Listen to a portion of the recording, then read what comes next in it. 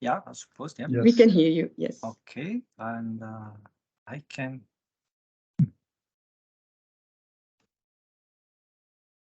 There is a hand raised by Christian. I don't know if some preliminary question.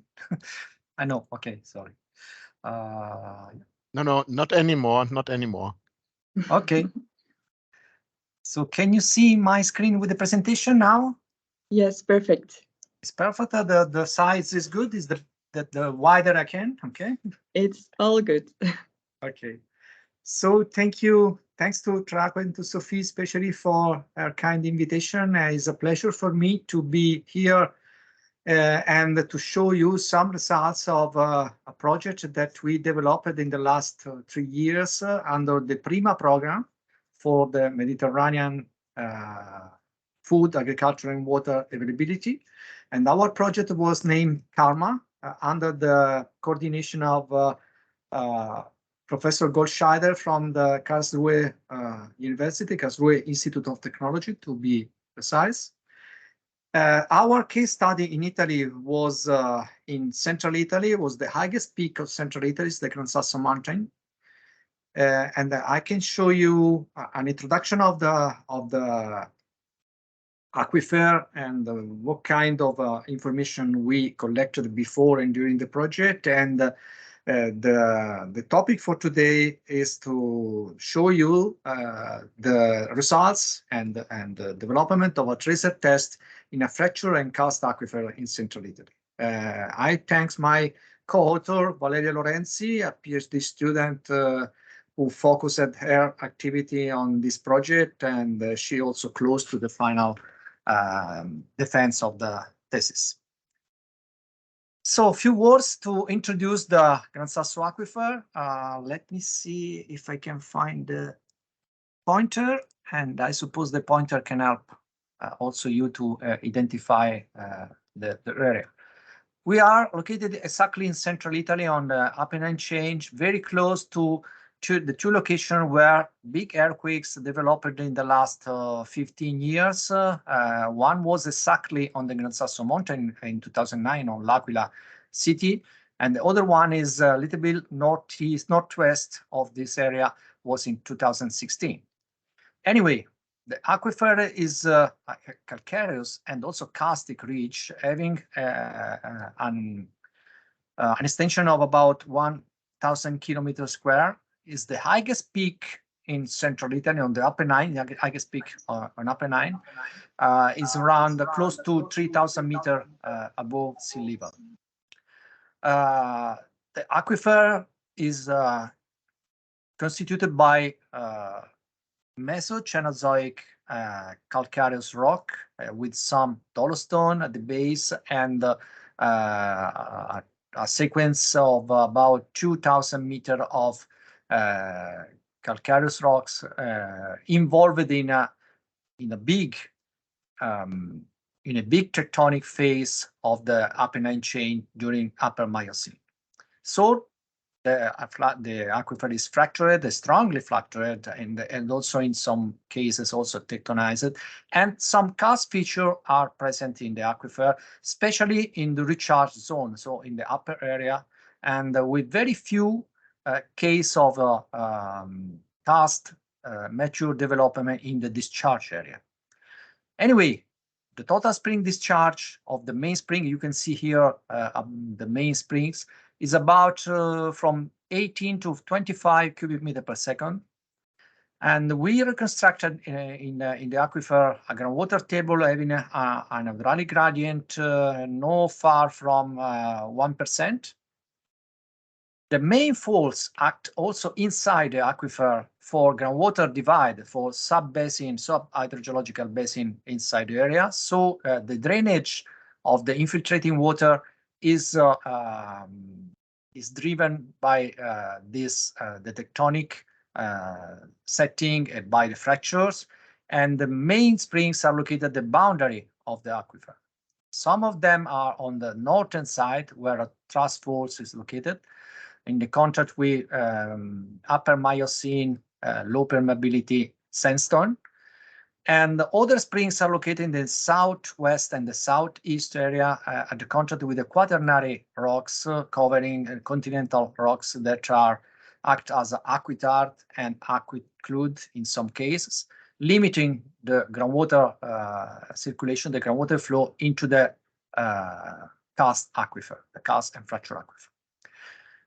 In the upper part of the aquifer, there is an important karst feature is an endorheic basin having a glacial tectonic and karst origin, is a Campo Imperatore basin. And this is a very preferential recharge area for the aquifer. There are also some small swallow hole, but in general, there is a concentrated infiltration from this area, which is located at high elevation. The springs usually have no typical karst feature, which indicate that the karst system has not been really developed into the aquifer, and some karst features are present in the upper area in the infiltration zone, so in the recharge area, but in the discharge area there are very, very few indicators of karst outlet. But if you ever look here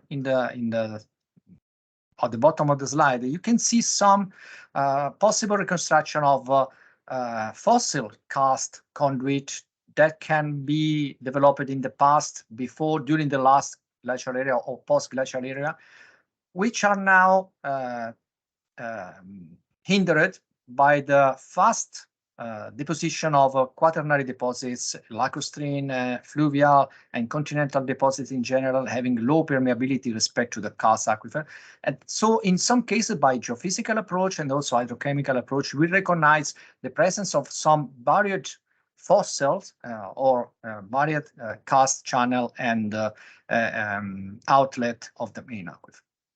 The springs on the northern side have minor discharge, lower discharge, because they are located at higher elevation, around 1,000 to 700 meters above sea level. On the southern side, we have bigger springs, about 2 cubic meters per second in the lacular area, spring 12 and 13, and a very big concentration of groundwater flow and springs is located in the southeastern area, as spring 7, 8, and 9. The total discharge is higher than 12 cubic meters per second. They are located in the at the lower elevation respect to the rest of the aquifer, is around 300 meters above sea level. So the drainage, for gravity reason, is and also for tectonic reason, is concentrated in the southern eastern area. What is very interesting and peculiar for this aquifer is that it is a national park, so have a high value, environmental value, so it's a protected area, but at the same time it's an area strongly impacted by human activity. In fact, there is a highway tunnel drainage, highway tunnel here, 10 kilometers long, that cross the highest part of the ridge, connecting the L'Aquila city with the Adriatic Sea on the other side. And this tunnel was drilled in the 60s, so 50 to 60 years ago. And unexpected, there was a big drainage of groundwater table inside this tunnel. The tunnel is located 1,000 meters, 970 meter above sea level, but a big drainage was intercepted during the drilling and after the drilling. So there was a very strong modification of the aquifer, the natural aquifer and the groundwater flow by this drainage. And the actual drainage is about close to 2 cubic meters per second, distinguishing a northern part and the southern part. Northern part is S3, southern part is spring 10, which are drained. Both of them are drained for drinking purposes. Of course, some of the highest springs suffered for a lowering in discharge due to the drainage into the aquifer in the 60 and the 70, but now there is a new steady state condition, a new equilibrium has been reached by the aquifer with this drainage. This is not the case. Today is not the case to discuss in detail the impact of this highway tunnel and the problems that they have at the moment for tapping this water due to the traffic into the highway tunnel that sometimes can impact also the groundwater quality. But this is another story, very interesting if you want to go into detail. What about today? We concentrated on the northeastern area where springs 5 and 6 are located. There are 2 springs completely tapped for drinking purposes and with some difference between them that pushed up us to have some additional information on the origin of this groundwater. Some other key questions related to the management of the aquifer to ensure the drinking supply and to preserve environmental value. It is a delicate equilibrium. So the challenges are: is the recharge rate amount shortening due to global change, including the human withdrawal into the global change? And we observe the increase of extreme events, drought and floods. This is modifying also the spring regimen. And in such an immature karst aquifer, the recharge and discharge relationship are direct or delayed. We developed some simple conceptual model based also on radon tracing, natural radon tracing, and we discovered that there are some fast path from the surface to into the aquifer. There are some epikarst or area with a karst development located in the upper part of the aquifer. There are the role of the trust, the role of the dolostone respect to the limestone, and so on. So it's a very complex system at the local scale, and which affect of course the general budget of the aquifer, the general groundwater flow into the aquifer. So it seems we are pretty sure that fast and flow components in groundwater discharge coexist. And so we can consider this system resilient to climate change or very vulnerable to climate change to give some, to offer some answer for the management, the better management of this groundwater resource in the time of climate change. We developed the Karma project in this area. And as I just mentioned, we concentrated our interest in a tracer test developed in the northeastern area of the aquifer. The 2 springs are the Vitella d'Oro springs, that is located at the border of the karst or the carbonate aquifer. But it is also partly fed by direct infiltration into some conglomerate, some recent continental quaternary conglomerates. But these conglomerates also are karstified. So this karstification is very developed in this area, and is strongly developed. And so we observe some increase in the turbidity of the spring. So there are several weak points due to the different nature of the feeding aquifer. The mean discharge is at 300 liters per second, but the peak is reaching 1 cubic meter per second. And the minimum discharge is around 150 liters per second. This is the location of the Vitella d'Oro spring, which is tapped by a tunneling into the conglomerates, not into the karst aquifer, the main carbonate aquifer, where there is a trust. A lot of trusts are located in this northeastern boundary of the Gran Sasso Mountain. The other spring is the Mortaio d'Angri spring. This is located exactly on the trust between the carbonate aquifer and the low permeability layer. So this is the official outlet of the regional aquifer fed by groundwater flow. The mean discharge is 250 liters per second. So the question is how to manage the withdrawal and drinking supply, especially in Vitella d'Oro, which is a more variable regimen and is influenced by local infiltration and also by the karst system. And we can ensure that other spring is not affected by karst feature of fast flow due to the conglomerates. So these 2 questions we try to have some answer by developing in addition to monitoring for several time, for a long time, by 2 tracer tests. The premise is that the tracer test in Italy is not regulated by law or by permission.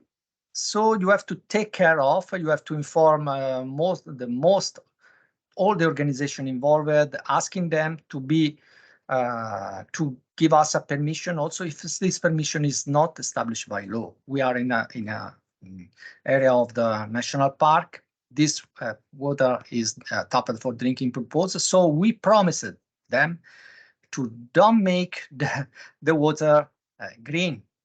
So we have to calculate exactly in advance how much dye we can use to be registered by our system, but at the same time to be in the lower level to avoid the color of the water. Of course, there is some emergency system that can discharge the water, but in this case, we can have some trouble in explaining this to the National Park Authority and also to the drinking water supply company. So the injection point is the upper part of the Ricopiano conglomerates area. Is a Ricopiano ditch, is about 1,000 meters above sea level, and the distance of the 2 resection point, the Vitella d'Oro Spring Tunnel, is about 1.2 kilometers, but we also monitored a second point located into the river, the surface surface water that draining this area, to check if and how this surface water with dye tracer can arrive into the river, which is located here. Don't forgetting, of course, the other tapped spring, which is located here. This is the drainage tunneling of the Vitella d'Oro. This is the Tavo River, the surface of Tavo River. And how we can develop this test, we use a 2 Albilla fluorometer probe, and we registered the fluorometer every 5 minutes. Of course, we sample for monitor tracer arrival at the delivering points, and not only at the where the 2 fluorometers are located, but also in some other area. In addition, we use, as usual, some charcoal bags without having a direct monitoring, but to check if the tracer can arrive also in the other area inside the tunnel and out of the tunnel, and especially in the other springs. So the Mortaio d'Anghe spring, which is located here, we establish some control point by charcoal bags. As mentioned before, we use a very, very few amount of tracer, only 20 grams of uranium. And to having a second tracer to be observed, we use also 100 grams of naphthenate. As you surely know, they are completely environmental safe and also, of course, human safe. We produce it in advance, the certificate, to be sure that everything was regularly. And the promises was that, as I mentioned, that we avoid to color the water to avoid the suspension of the drinking water supply, also for a few hours. So we established the field procedure on April 5, 2022, and we looked for some swallow hole in the recharge zone, in the conglomerate recharge zone, but we found only some minor point. So we decided to discharge the tracer directly into the small ditch. The ditch, we monitored in advance the ditch, and we observed that the discharge is diminishing, going down in the next 500 meters along the creek. So we discovered that in this area, for sure, there is a fast infiltration of surface water into the ground. And in fact, around 600, 700 meters downstream of the releasing point, or the injection point, and we observe absolutely no more color in the surface water. So and a very few discharge respect to the initial discharge. The day of the tracer test, we had 439 liters per second into the river at the base of this ditch. 32 liters per second along the Rigopiano ditch, and 378 liters per second into the Vitella d'Oro tunnel. Here are some field results from Vitella d'Oro. So we observed by the fluorimeter an increase in uranium about 11 hours after the injection.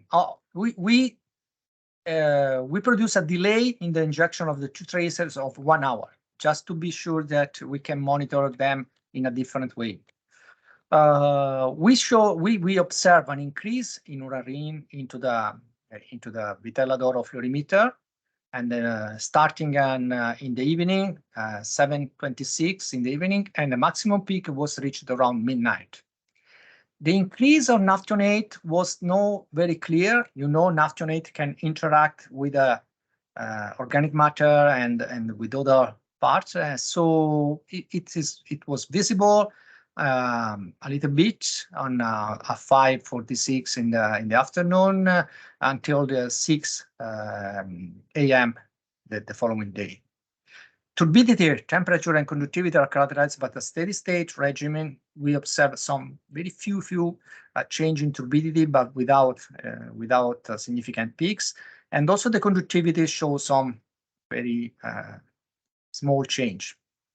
We sample the water in Vitella d'Oro springs every 15 minutes in the 12 hours immediately after the injection, and with another frequency of 1 hour in the following hours, 2 hours during the night, and during the following day. And we sample, of course, double sample some vials to be analyzed in the lab. For the Tabo River fluorimeter, this is a surface water. We expect that from the Rigopiano ditch, the tracer arrive in less than 1 hour using the surface water drainage system, but it was a very surprise to observe that the increase in uranium arrived at 4:51 p.m. So around 8 hours, 9 hours after the release into the ditch, and we expect 1 hour, not such a long period. And the maximum peak was reached around 8 p.m. And in this case, we don't observe naftonate in concentration appreciable. At the same time, the naftonate seemed to be influenced by the variation of temperature. Turbidity was characterized by an increase over time, probably due to the accumulation of particles of sensors, so we don't observe significant change. Also, conductivity was changed a little bit. The sampling system, the sampling frequency was the same of the groundwater. The bottle we collect have been analyzed at the Karlsruhe Institute of Technology with the help of Nico Goldscheider team, and in the following months by the PhD student spending some months in the lab with colleagues from Germany. And this is the basic information for the lab analysis. I'm not very expert in lab analysis. So we use a Perkin-Elmer LS55 fluorimeter in the laboratory of Karlsruhe Institute of Technology. The presence of the dye in a sample is indicated, of course, by the appearance of the respective peak in the sample spectrum. And we observed a very significant response in uranium and no really significant in naftonate. We calibrate, all the PhD student, my PhD student calibrates the sample with the help of the KIT team. A very good calibration line were obtained for both tracers. Okay, so naftonate and uranium. And this is the interpretation of the results. We compare, of course, we compare the tracer arrival by the local fluorimeter and the lab analysis. So both tracers arrive approximately 11 hours after the injection of the tracer at Rigopiano ditch. This is the sample response. This is the fluorimeter, local fluorimeter response, and we observe some background discrepancy. So we corrected the background discrepancy according with the concentration we found in the sample in the lab. So there was some initial bias in the fluorimeter registration. About the naphthenate, the first arrival was about the Vitelladoro around 8 p.m., 45 minutes after the first arrival of uranine, and there was a delay of 1 hour in the injection, so we are confident that this is a significant peak. The maximum peak was very low and was observed at 2 p.m. and at midnight for the Vitelladoro spring.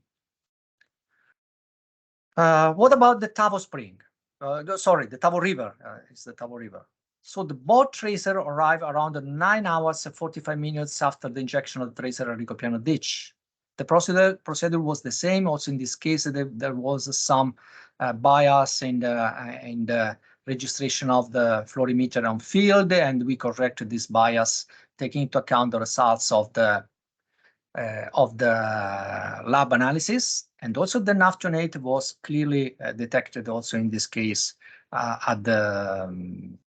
with a similar arrival respect to the odor, so 1 hour late respect to the arrival of the uranine. So 9 hours and 45 minutes to move from the injection point into the surface river at the base of the ridge, and this is not in agreement with a surface transfer. So absolutely, there is a groundwater transfer into the soil, so that from the injection ditch, the water flow into the ground in the conglomerates, fractured and calcified conglomerates, and from the conglomerate reaching the water table, and after that was drained in the surface.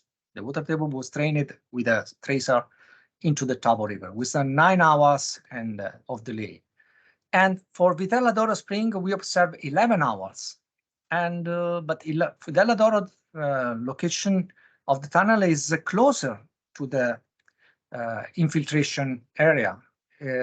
Both of them are more than 1 kilometer away, but one is 1.2. Just show you, sorry. Yes, Vitelladoro is 1.2 and the surface river is 1.4. So the groundwater flow, the groundwater paths are different also in the subsoil, because this point can be reached before the Vitelladoro drainage system into the tunnel, despite to the longer way. Sorry, going back. Another comparison, of course, has been done for the first tracer, so the uranine arrival between Vitelladoro and Tavo River. You can see here, so the Tavo River registered the arrival, as I mentioned, around 7 p.m.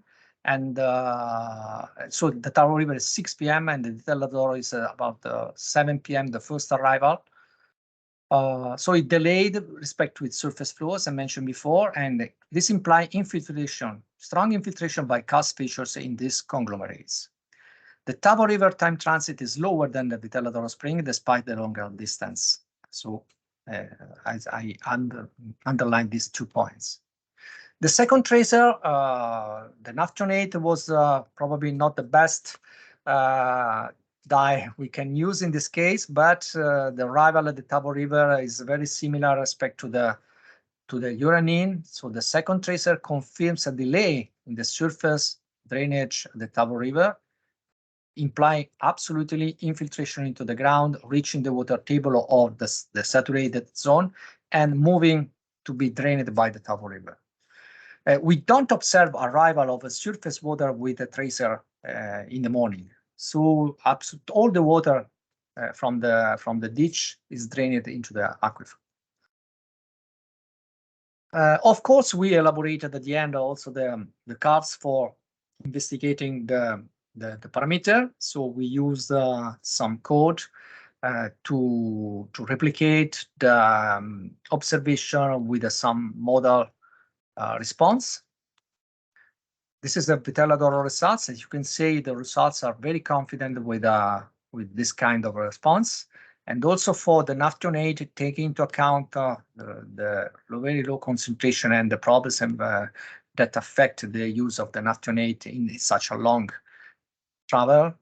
There are good results for the Petella d'Oro and also for the Tavo River, considering that Tavo River is a surface water. So into the surface water, there is also some runoff water or water arriving from other springs. So it was not easy to reconstruct the karst in this case. What about the results from the breakthrough karst and related parameter? The limited recovery rate confirms the role of the local recharge area fed by Petella d'Oro spring. This is very relevant. So we recover in the Petella d'Oro around 6% of the tracer, and with a velocity and mean velocity of 37 meters per hour. And this is the max arrival tracer, the maximum peak. For the Petella d'Oro, for the Tavo River, we observe a recovery rate around 14%. So the total recovery rate in the day after in the 24 hours after the injection is about 20%. So most of the tracer is going into the ground, into the groundwater system located into the conglomerates. But we have some additional information for the charcoal bags. In this case, we cannot have the amount. We cannot arrive to know the amount of the tracer, but we found the uranine in 6 of 8 of the monitoring points, testifying that the karst network from the infiltration area is affecting a wider area. Some of these monitoring points are located in the same tunnel of Petella d'Oro, not the main drainage, but other small springs. Some of them are located upstream, and also upstream we observe the arrival of the tracer in the charcoal bag. Only in 2 of the monitoring point we don't observe arrival of tracer immediately after the test, and these 2 points are related to the other springs. So the Mortaio d'Angri spring, this one, and another small spring located on the carbonate at boundary of the counter aquifer. So this means that the karst system and our injection point is completely connected with the circulation into the conglomerates, not into the carbonates. So the carbonates are not affected by this kind of fast infiltration and karst system. And also we had an additional week of sampling by the charcoal bags. A second series of charcoal bags was released into at the same point to check the late arrival of this tracer, and we found a very similar response. In 6 of them, we observed some late arrival also in the following week, but absolutely no arrival was detected in the other springs like Mortaio d'Angri spring. How to conclude this experience? So we can communicate to the drinking water supplier that the Mortaio d'Angri spring is solely recharged by the regional scale aquifer fed by base flow. In fact, the occurrence of turbidity in the springs is very, very scarce and very, very rare. That Petella d'Oro spring is characterized by the complex recharge flow path because the presence of karst network and karst conduit into the conglomerate determine a rapid response to the meteoric event. But at the same time, part of the springs, part of the discharge of the Petella d'Oro is not connected with the karst system. Probably is connected with the carbonate system, and part of his discharge is arriving from recharge from the main aquifer. The tracer reached the tunnel of the Petella d'Oro spring with a longer response than the surface water in the Tavo River. So the tracer absolutely does not flow freely on the surface water, but infiltrate into the ground, reach the aquifer, and re-emerge in the confluence area between the Ricopiano ditch and the Tavo River. The water coming from the European Reach fed at a limited rate, as I mentioned a few seconds ago, the Vitella d'Oro Springs and the Tavo River. The other 80% of the spring discharge were coming from the regional bases. So this part, this component coming from the regional aquifer can ensure the spring and river discharge also during the drought period. There is a long travel and complex pathway into the karst system feeding Vitella d'Oro and Tavo River with delayed response time and so on. So the final result is that the water supplier has to be careful in using the water from Vitella d'Oro because this is a spring particularly sensitive to both basin scale variation and local recharge condition. So this spring has to be considered really vulnerable to discharge reduction and exhaustion in a potential climate change scenario. Thank you very much. I suppose to be a little bit longer. I really hope you hear me. Do you hear me? We hear you. Okay. Thank you, Marco. If there are questions, don't hesitate to raise your hands or ask in the chat. Yeah, maybe you can stop sharing the screen. Oh yeah, sorry. Now I see myself. I do have a question for you, Marco, about the construction of this tunnel. Of course, it was made in the 60s, but was there no studies done beforehand to evaluate the risk of constructing this highway tunnel? Okay, no, the drainage tunnel where we performed the tracer test is another tunnel completely realized for draining the system, the aquifer. Do you refer to the main highway tunnel? To the highway tunnel. No, really, it's a very interesting story because in the 60s there was no hydrogeology science, only applied geology science. So the first teacher in hydrogeology in Italy was in 1968. So when they start to drill the tunnel, they were only capable to imagine the construction problem, so the drilling problems and the geotechnical problems and so on.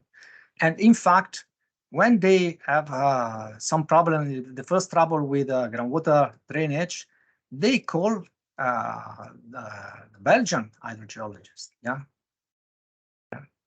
So they call the Belgian hydrogeology because at that time the French and Belgian school in hydrogeology was very good at the time, and of course from Castanier and the others.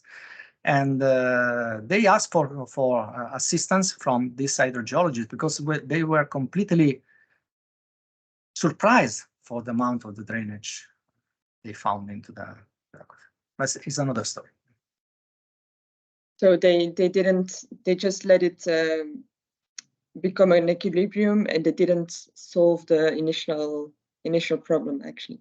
Exactly, and they continue to, of course, this amount of water drained by this tunnel was impossible to release into surface water. They immediately understand that they can tap for drinking water, but at that time there was no regulation for protection zone, so it was successful at the time. But now we have completely in a contradiction with the protection zone concept and protection zone rules at the European level.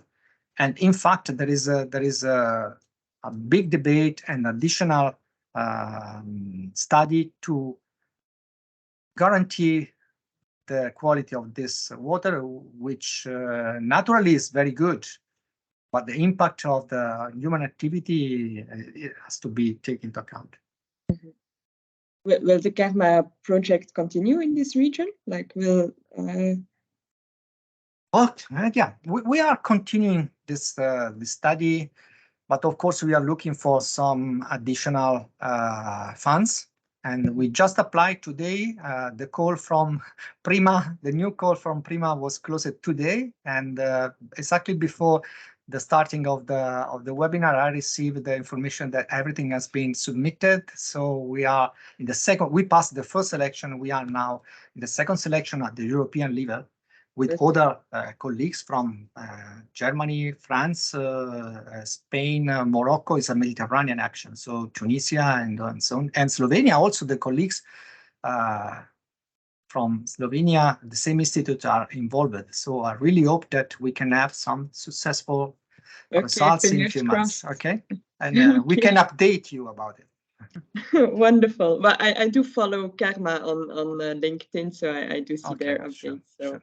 Okay. well, let's hope that it that you get the funding. I don't know if there are other questions. Anyway, thank you very much, Marco. I think we can go to the second presentation of today. Franci, you can share your screen. Moment. One moment. I'm just trying to. One more. Just a moment. I'm just trying to find myself out. Where is the? I'm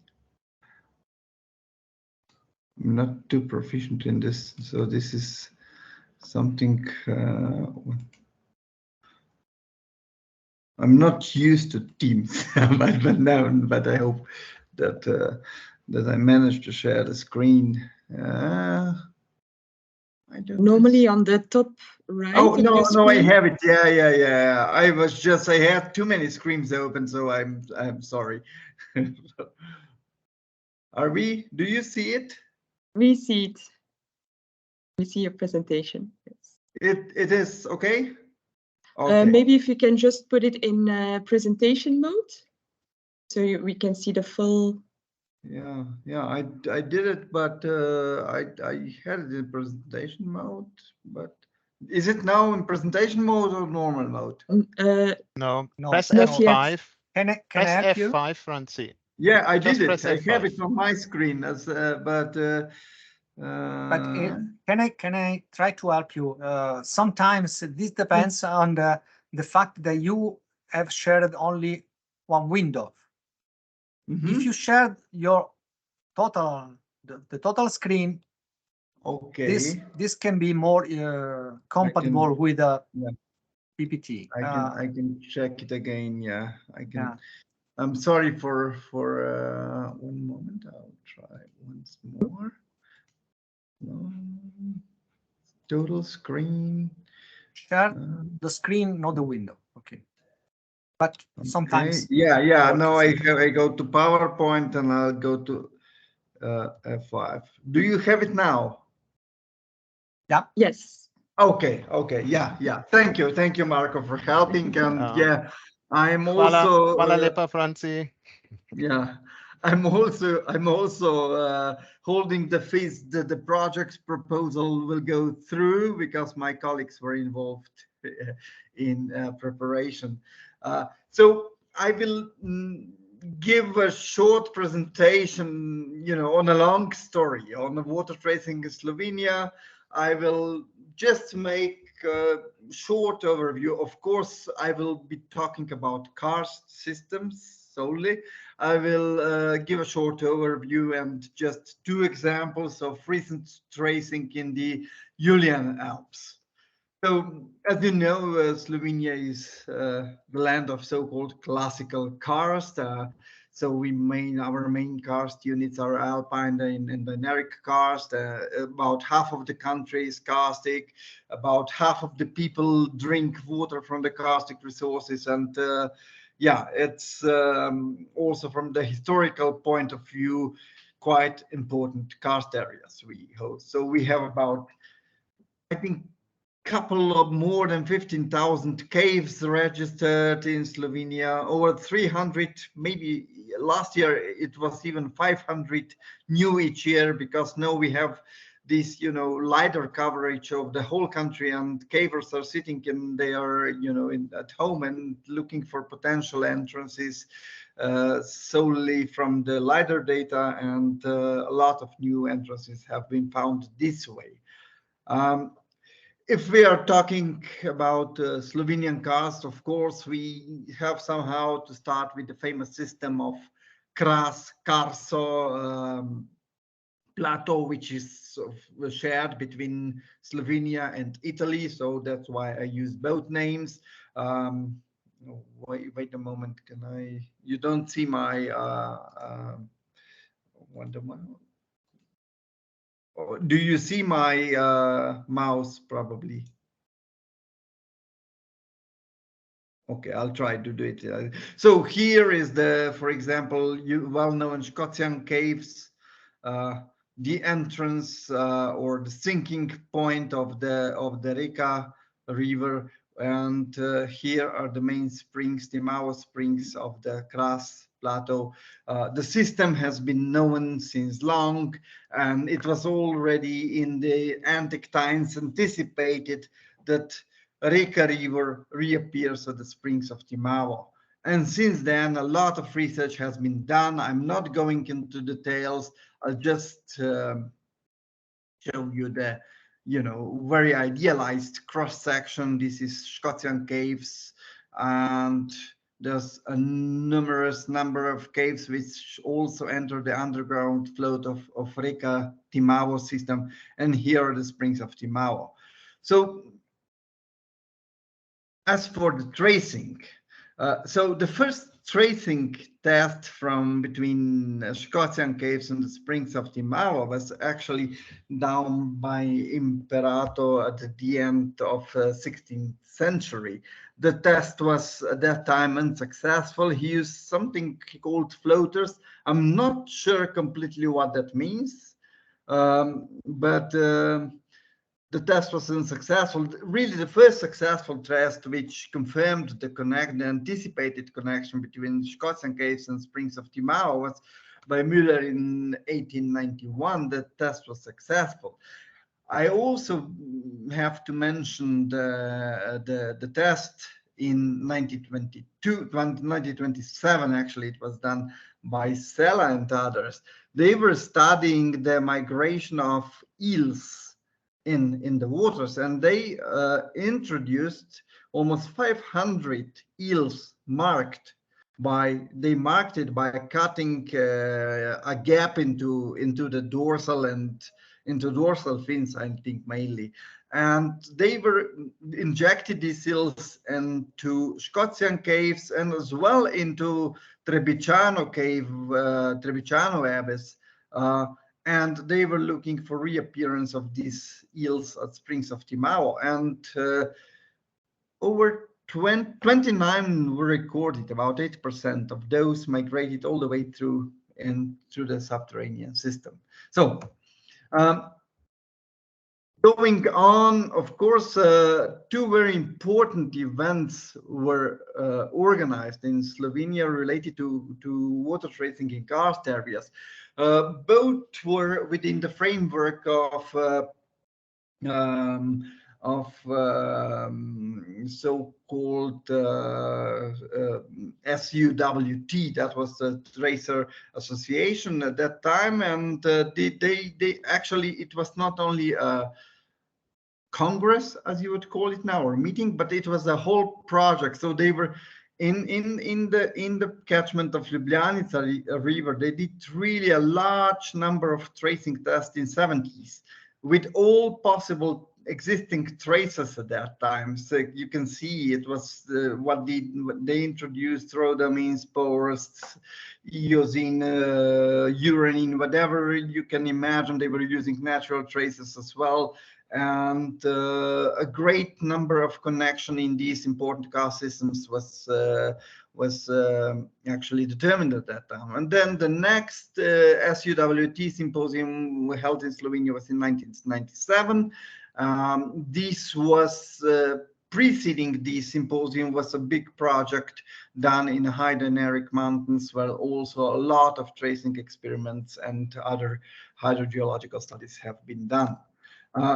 What has recently been done, and what I think we might be quite unique in this from this point of view, is that all the historical records of or references on tracing tests in the past were collected into a single database, and of course, which is GIS based and with all important data on the connections. And this is now a publicly available database which is offered by the Slovenian Environmental Agency. So anybody can have a look into what has been done in the past. So it's over almost 250 tracing tests with more than 1,000 connections or non-connections, which are, I guess, as well as important as connections. So this is just a screenshot of this of a table and part of the country which is covered by these tracing tests.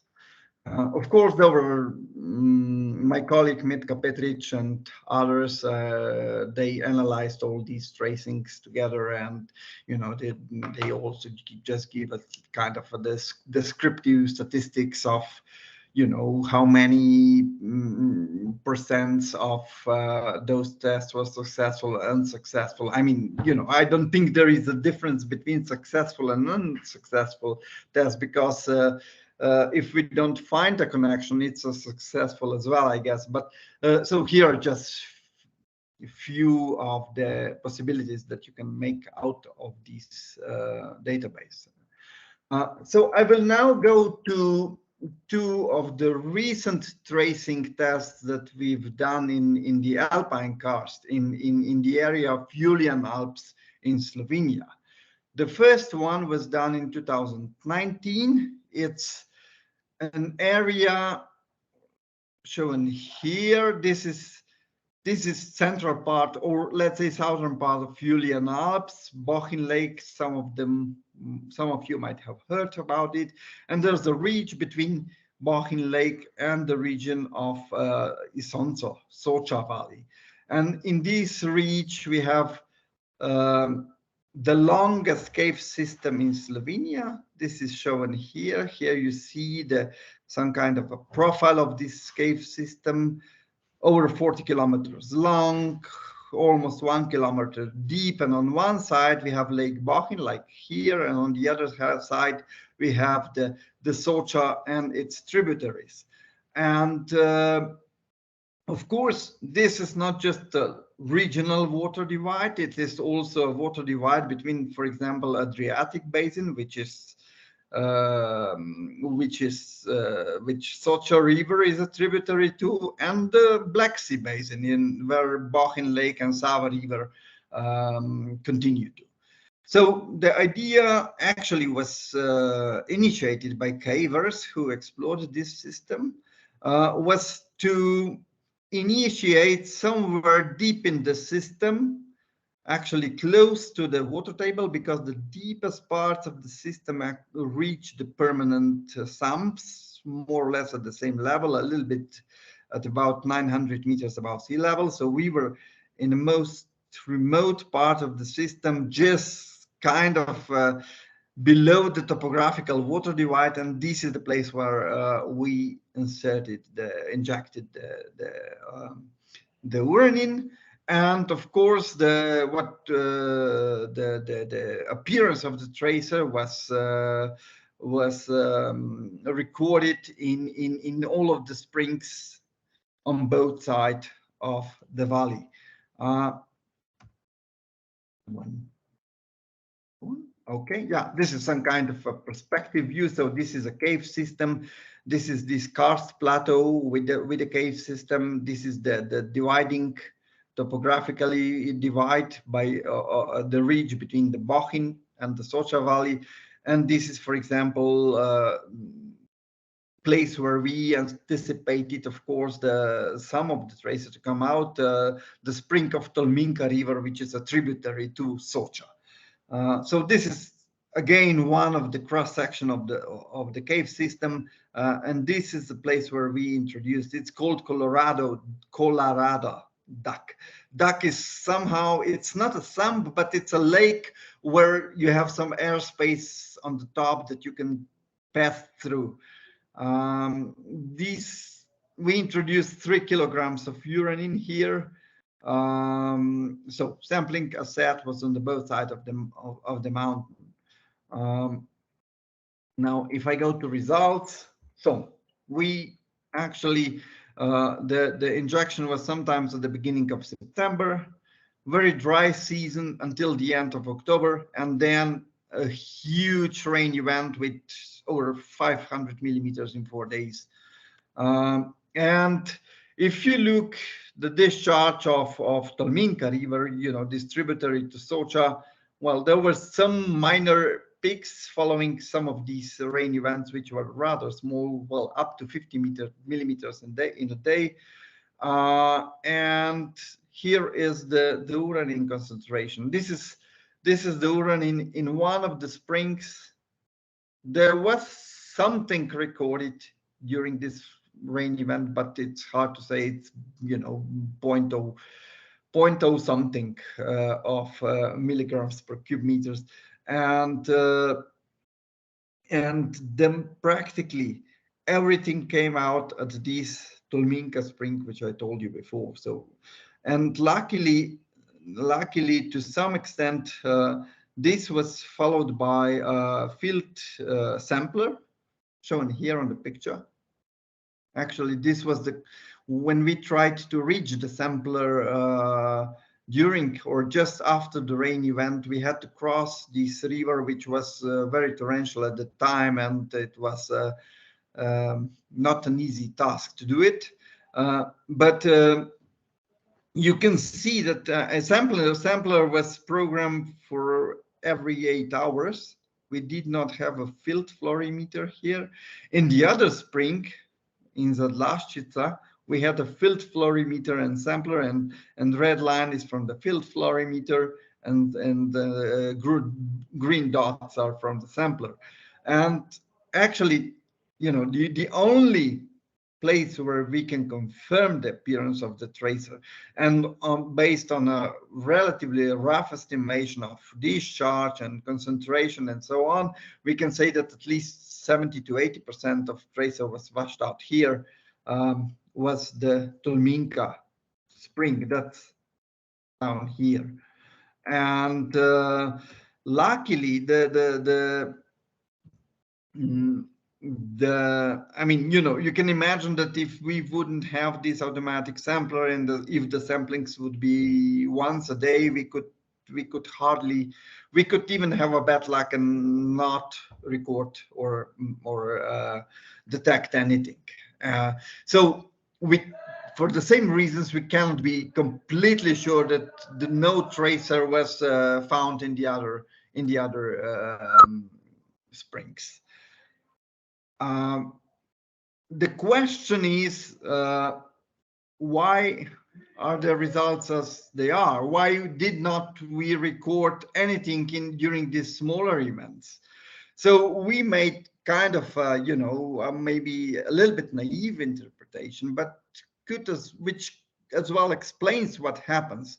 So this is our, let's say, the low kind of an idealized, let's say, conceptual system of really the local block of this Colorado sump when the tracer was injected.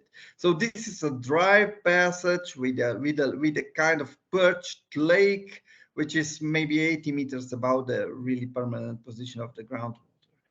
And it seems that most of these were those flow which was passing through the system, kind of bypassed or misses this main channel where we had our tracer stored in, and that only during the time when the ground level really rose for probably, it's no problem to rise for 80 meters in these scenarios, that then the tracer was mobilized and transported to the spring.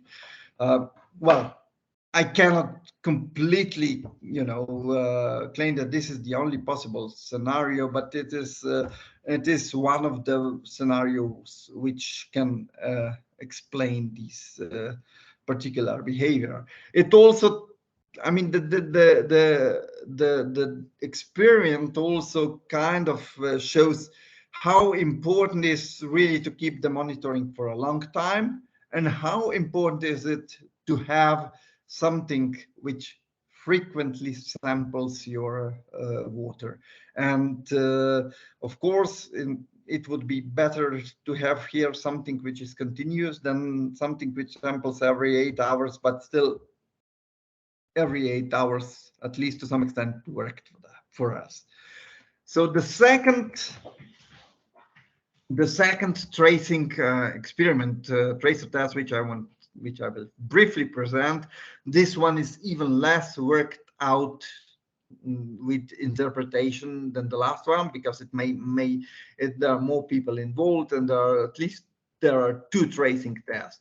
So it's Mount Canin. Mount Canin, Canin Mountains is high karstic plateau between Slovenia and Italy. This is border between Slovenia and Italy.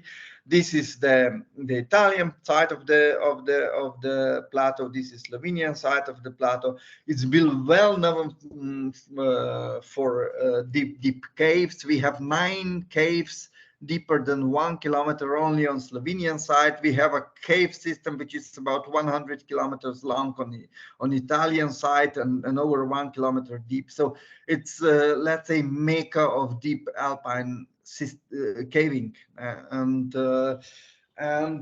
these are some tracing tests from the past, which are already in this database that I mentioned before. So basically, we see that there's a series of springs here at the base of the plateau, and there's few main springs here on the Italian side. This is the so-called Racolana Valley, Goriuda Spring being probably the most important among them. And here on Slovenia, we have some really prominent spring like Gljun Spring, which is which drains practically all this eastern part of the system, which has been already confirmed by the older tracing test. But here, really in the area of Canin, there have been some new cave systems explored in the last 15 years. And actually, we and the cavers have been interested in simply where the water from these caves go to. This is another view of the Slovenian part of the plateau. So these are the names of some of the deeper caves. So you can see, actually, you can divide the whole mountains between more or less what we call Canin Plateau and Trombon Plateau. It's divided by these entrenched valley, which is still part of the system as well. And the springs are down here. One of the important springs is this waterfall, Velika Boka, and the main spring for draining the eastern part of the plateau is this Gljun spring down here. So in all of these springs, we were following what comes out. So these are some of the deeper cave systems of the plateau. So I will not go into detail of what's been done on Italian side. On Italian side, they had 3 injection points, and they have confirmed the connections between these points and the springs in the Racolana River in the Resia Valley. So this still needs some further elaboration, and hopefully we get to some more important conclusions in the future. But I will more or less talk about the tracing in the Slovenian side. So this is again Slovenian side of the mountains. These circles are denote cave entrances. Larger the circle, deeper the cave, and these are some of the springs that we have followed in this last tracing experiment. This is so-called Velika Boka, the waterfall spring, and this is the spring which is the westernmost. It's below this waterfall, and then there was then we've also followed. We also followed the flow in one of the caves down here and some of the other springs. So where did we inject? So we inject 4 kilograms of urine into about 1200 meters depth in so-called Renevo Brezno, and we injected 4 kilograms of amidorhodamine G in Scalario Brezno, about the same depth but a little bit higher elevation. Both was done in the beginning of July 2022, and these were the places where samples were taken. Here in Gliun, we had field fluorimeter and automatic sampler. On Boca Spring, we had automatic sampler. The rest was done by local people who collected samples by hand 2 times a day. So these are the 2 inputs. This is, for example, the Boca Spring, and this is the a cave system, Mala Boca, which actually connects the entrance on the plateau to the entrance at the foot of the valley, and we immersed stream 3, which was which we borrowed from Traqua and well. Into one of the streams in this, I mean, into the mainstream of this cave. So this is, for example, the cross section of Scalario Brezno, and the injection was done here, and this is cross section of Renevo Brezno, and injection was done into the big sump at its bottom. And this is, for example, stream 3, which we put into one of the pools in Malaboca. So sampling, okay, these are the classical ISCO samplers which were programmed and so on. We also gauged some of the we gauged some of the springs. At least we measured the discharges at the time when we were there, and we had some pressure transducers in between. This is the famous Boca Spring. This is about 100 and something meters high waterfall. About the waterfall, you have something like 30 meters of stream shown here. This is from the top, and here it goes over, falls down for 100 meters.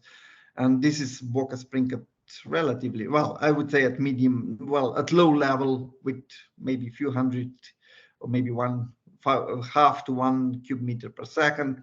And this is Boca Spring at high level. For us, this picture is from the beginning of August this year, when, you know, there was a lot of rain going on in Alps. This, we don't know what the discharge was, but probably around 100 cubic meters per second.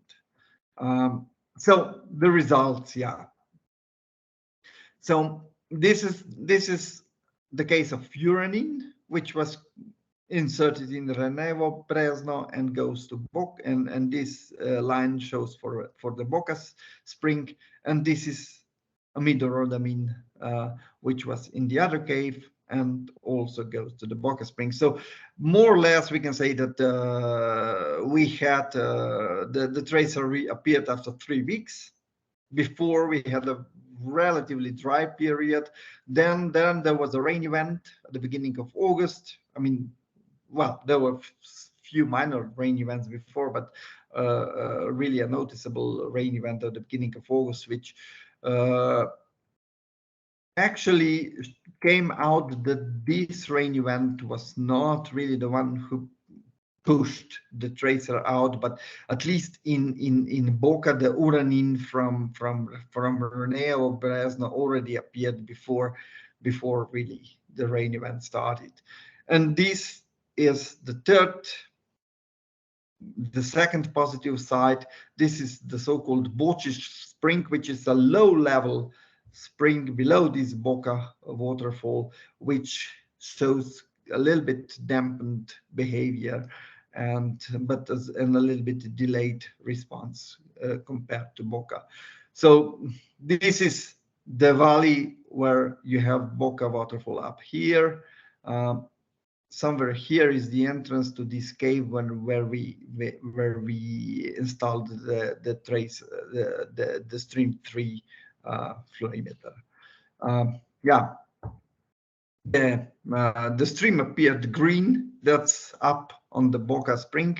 It was green, and we inserted 4 kilograms. But now, you know, the mass of the tracer is always tricky. Luckily, we do not feed any local water supply from this spring, so obviously nobody was disturbed by this.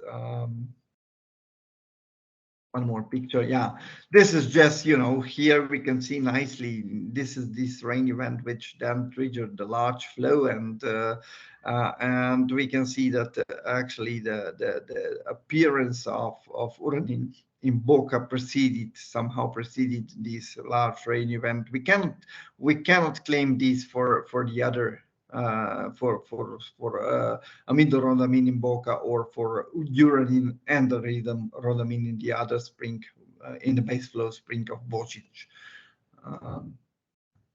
Okay, yeah.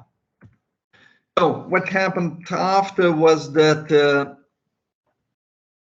we had really a major flood event in September, and that at least in Boca Spring we had a bad accident because our sampler was flushed away down the waterfall. So this is something which I shouldn't be telling in public, but well, even though we did all measures of precautions, these things happen.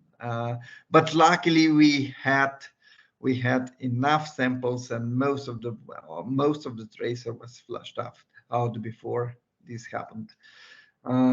Yeah, now we go to the stream 3 results.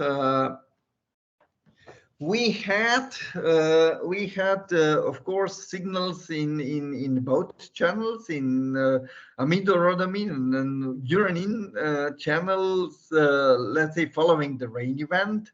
Like, you know, this we just borrowed stream 3 just shortly before the experiment started, and we were simply not able to calibrate it ourselves. So these data remained, you know, questionable, whether this means the presence of the tracer or this simply is turbidity signal. Then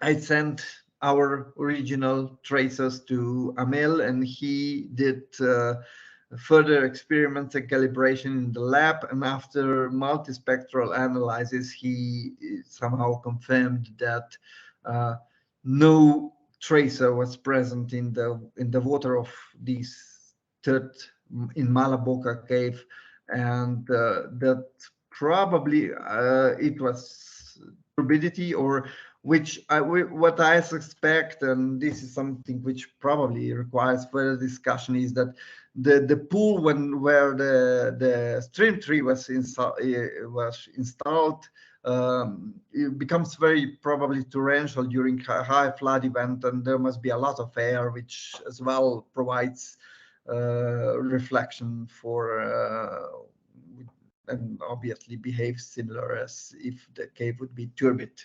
So what we have now at least, you know, we have confirmed 4 connections.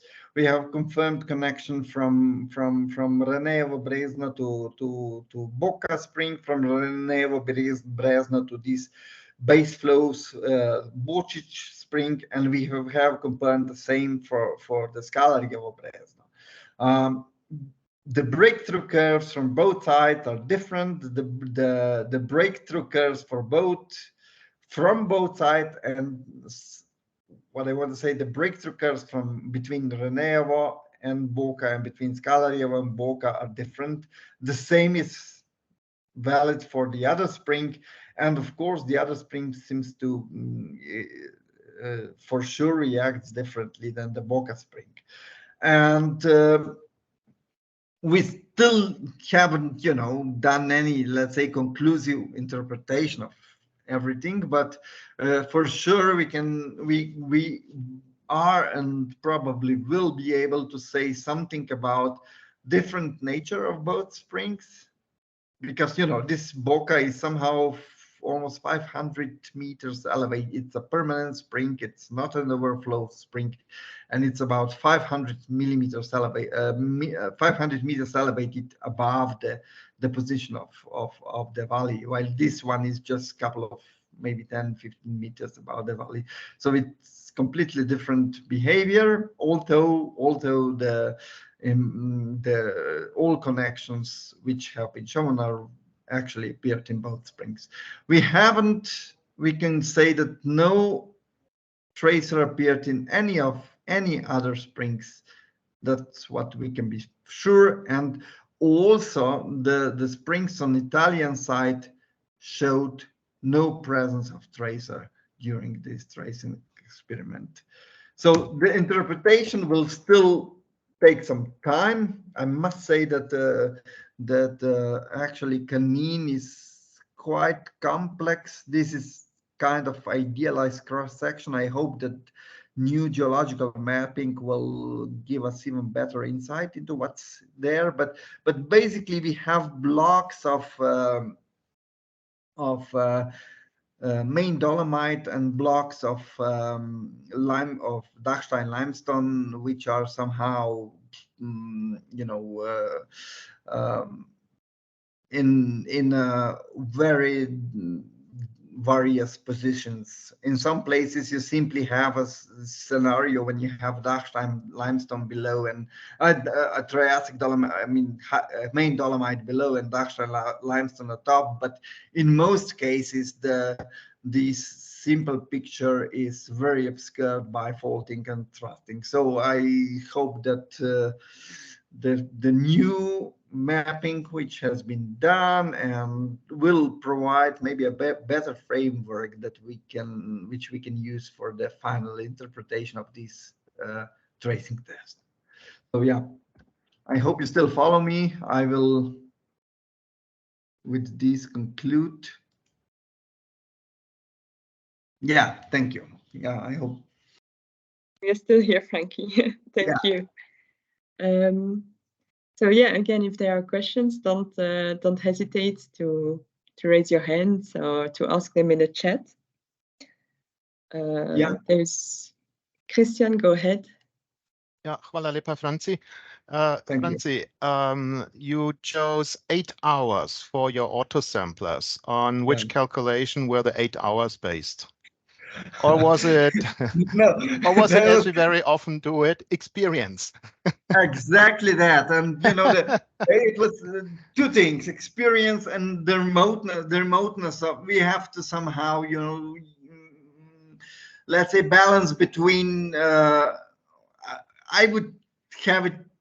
If it would be in Postojna, we would take, you know, 4 hours probably.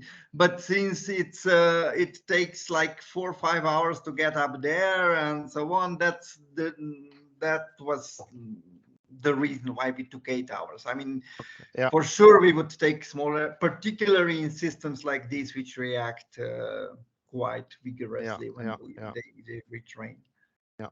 Še eno, Franci, prosim. Yeah. So the other one is I always use EHTD to calculate the tracer mass that I need. Normally I don't make a mistake, but I see that Ms. Telenga is here. When I did the tracer test for them, I made a small mistake because the residence time was much, much lower than expected. But Franci, why don't you use EHTD to calculate the tracer mass? You know, this is something we did together with. I think it's a good idea. And basically, we didn't do it. I mean, okay, we did it as well, but I think we actually put more than it was than we would have it from EHTD. Yeah. And the reason was simple, that there's been in the past several tracing experiments exactly in these areas, which came out unsuccessful. Actually, no tracer was found. And so why we took more is that, except for one site in Tolmin region, we were also in the catchment area of one of the springs, which is taken for supply, but that one was not affected. Actually, we didn't report anything there. Well, we didn't know this in advance, but that's where we took some risk, and we actually warned the people there that, you know, it may come out green at some point. Yeah. Yeah. I'm also asking that question, Franci, because we have an analog mine model here in South Africa. So we can model any tracer amount that we want into the system, and we can compare then with the results of EHTD. And we are currently planning a very big tracer test in Germany, and we initially injected the tracer amount that we planned. And we noticed that's much too much. So we are going back to closer values to EHTD now, because we noticed that's quite good. Okay, yeah, but probably this is a good idea also for, I mean. Yeah. Okay. Hvala lepa, Franci. Yeah, hvala, enako. Thank you. Franci, I also have a question about the database of the tracers that are conducted. Are they publicly available? Would it be possible to share a link? Yes, they're publicly available, not only for the IPs from Slovenia. I think anybody from anywhere can access this database. Is it similar to InfoTracer in Switzerland? Like, do you have to mention that you... You don't need any account. Yeah. Christian has just sent us a link to the paper, and Cyril is just posting a link to the public database. So you don't need an account. You can just access it. It's freely available from the environmental agency, Slovenia.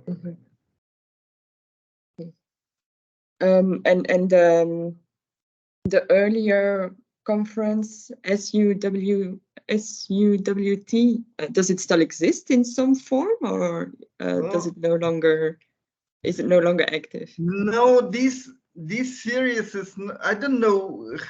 Maybe some of you other people present here know something more about. That was in actually. What was the Association of Water Tracing? International Water Tracing Association, something like this was the name. I don't know how active it is at the moment. And there were I think the last in 90s, I don't know what was after 97 in Slovenia, but before there were, like, this was the 7th event, and each event was such that there was in certain region a big campaign on water tracing and all kind of hydrogeological research, which was conducted by practically everybody who was there. Exactly. Thank you, Christian. That ended with a conference, and it was really a good. I mean, I was at that time still, you know, student practically. But for example, the one from '76. Which was done in '70s. That's still the best what we have about the Ljubljanica system in Slovenia, and it's really important.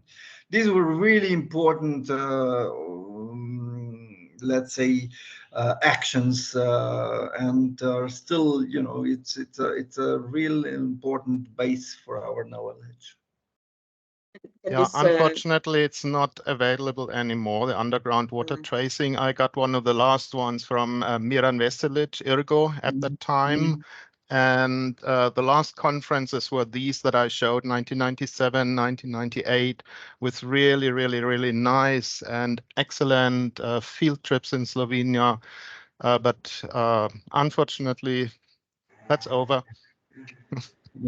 Yeah, I think I will look for, I have to check, you know, if there's some problems with the copyright, but I will ask our publisher to scan it and to put it online in a way, because I think it's a I'm also searching every time. I'm searching for my last copy when I left it. Is it at home or at the job?